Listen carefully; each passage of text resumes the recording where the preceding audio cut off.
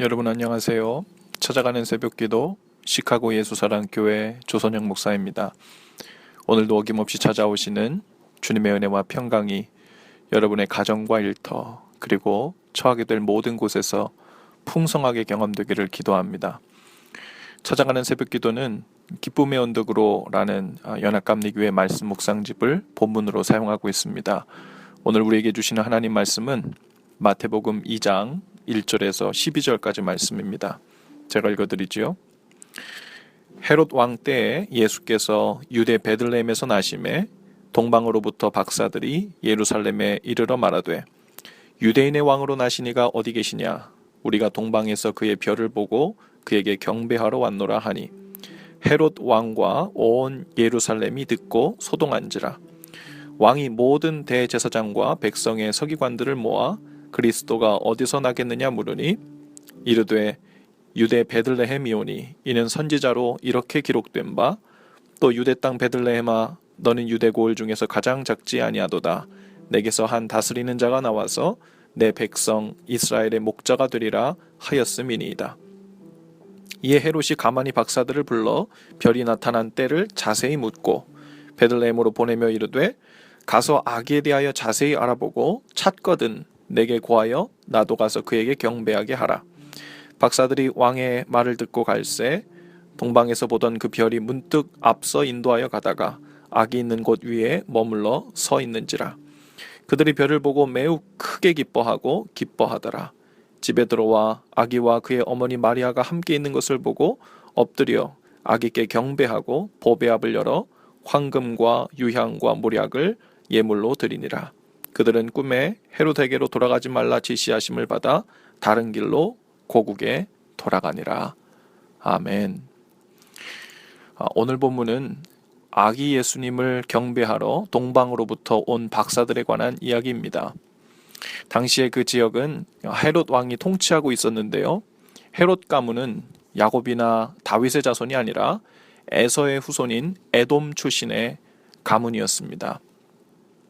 동방에서부터 온 박사들이 예루살렘에 와서는 이렇게 물었습니다.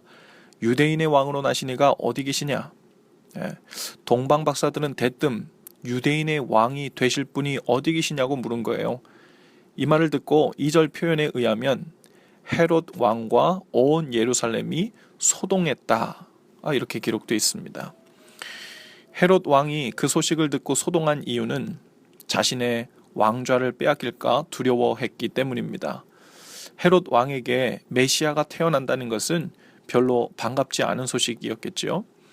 보배처럼 여기는 왕권이 흔들릴 수 있기 때문이었습니다. 그래서 헤롯도 박사들을 불러 별이 나타난 때에 대해서 자세히 물었습니다. 아기 예수님을 찾는 일에 열심이었어요. 그런데 아기 예수를 찾으면 꼭 자기에게도 알려달라고 당부했습니다. 자신의 보물인 왕좌를 지키기 위해서 누구보다 먼저 찾아내 제거해야 한다고 생각했기 때문입니다.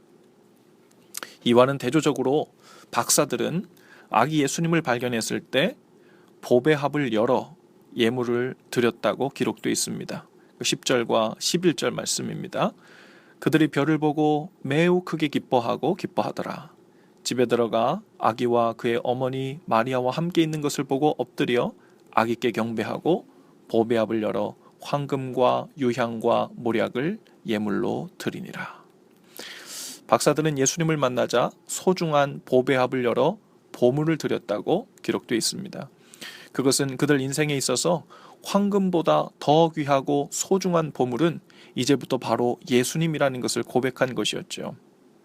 예수님을 만나자 그동안 자신들이 보물로 여겨왔던 것들을 내려놓고 주님을 참 보물로 삼은 것입니다. 마리아가 값비싼 향유 옥합을 깨뜨려 예수님의 머리에 부은 것도 이와 같은 맥락이지요. 제자들은 왜 그렇게 비싼 향유를 허비했냐고 따져 물었지만 그것은 마리아의 삶에 있어서 이제부터는 예수님보다 더 소중한 보물은 없다는 것을 상징적으로 보여준 행동이었습니다. 성경에 보면요, 천국에 대한 비유가 많이 나오는데요. 천국은 마치 진주 장수가 진귀한 진주 하나를 발견하고는 자신의 모든 소유를 다 팔아 그 진주 하나를 사는 것과 같다고 말했습니다. 또한 밭에서 보물을 발견하고는 자신의 소유를 다 팔아 그 밭을 산 것과 같다고 했습니다. 여러분, 하나님의 자녀가 되었다는 것은 다른 말로 하면 하나님 나라를 보물로 삼고 사는 사람이 되었다는 말입니다. 나를 구원하신 예수 그리스도를 내 삶의 가장 진귀한 보물로 삼고 사는 사람이 되었다는 말이에요. 예수님을 제대로 만난 사람은 자신의 보물을 팔아 예수님을 사려고 합니다. 그동안 살면서 소중히 여겨왔던 보물들, 세상의 쾌락, 편리함, 명예, 인기, 자존심, 그 어떤 소유라도 예수님이라는 참 보물을 얻을 수만 있다면 다 포기하고 내려놓을 준비가 된 사람입니다. 만일 아직도 그 소유들과 예수님 사이에서 갈팡질팡하며 고민하고 아쉬워하고 안절부절하고 있다면 이유는 간단합니다. 하나예요. 예수님을 내 생명을 주고서라도 바꾸고 싶은 보물로 여기지 못하고 있는 거고, 그렇게 만나지 못한 것이고, 그렇게 여기면서 아직도 신앙생활을 하고 있다는 말입니다. 그런 상태에서는 우리의 신앙생활이 자꾸만 꼬일 수밖에 없어요. 혼란이 오고 문제가 생기고 답답해질 수밖에 없습니다. 왜냐하면 하나님께서 주시려는 참 보물과 내가 하나님으로부터 얻어내려는 참 보물이 다르기 때문에 그렇습니다. 우리도 신앙생활을 하면서 소동합니다. 예수님의 이름을 부르고 예수님을 찾겠다고 소동합니다. 그 이유가 무엇이에요? 헤롯처럼 자신의 보배합을 더 견고히 하기 위해서 예수님이 필요한 것일까요? 아니면 예수님께 내 삶에 소중했던 보물로 여겨왔던 것들을 예물로 드려 경배하고 예수님만 참된 보물로 삼고 살겠다는 고백 때문입니까? 내 삶의 가장 소중한 보물이 무엇인지를 아직 결정내리지 못했다면 우리의 신앙생활은 계속해서 방향 없이 표류하게 될 것입니다. 아직 온전히 거듭나지 못했다는 이야기죠. 하나님을 향해 살라고 요청하시는 하나님의 콜링 앞에서 아직도 내 보물, 나를 향해서 살고 있으면서 하나님께 도움을 찾고 있는 그런 지경인 거죠. 이것도 저것도 되지 못한 채 답이 없는 문제와 혼란 속에서 우리의 신앙생활이 계속될 수밖에 없는 것입니다. 여러분, 오늘도 성령님은 우리에게 이렇게 말씀하십니다. 예수님이 보물이시란다. 내 보배합을 열어 주님께 경배하는 삶을 살고 그리고 예수님만 보물로 삼고 살아라. 그러면 천국을 살게 될 것이다. 오늘도 우리 속에 찾아오시는 예수님께 경배하며 나아가십시다. 예수님이 주시는 선물이 보물이 아닙니다.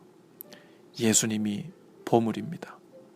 예수님을 보물로 삼고 살 때 우리의 삶의 그 모든 문제 그리고 모든 혼란스러운 것들이 제자리를 찾아가고 정리가 되고 우리의 방향이 뚜렷해질 것입니다. 그러면 우리의 삶은 한결 가벼워지고 주님 앞에서 참된 자유를 누리게 될 것입니다. 기도하십시다. 귀하신 주님, 오늘도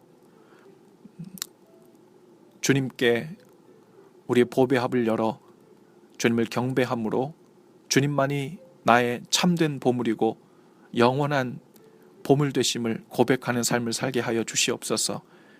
헤롯처럼 주님을 찾는 이유가 여전히 내가 가지고 있는 보배합을 더욱 견고히 하고 풍성히 하기 위한 이유가 되지 않도록, 그러한 왜곡된 신앙생활에 빠지지 않도록 우리를 붙들어 주시고 주님만 보물 삼고 사는 복된 인생으로 우리를 이끌어 주시옵소서.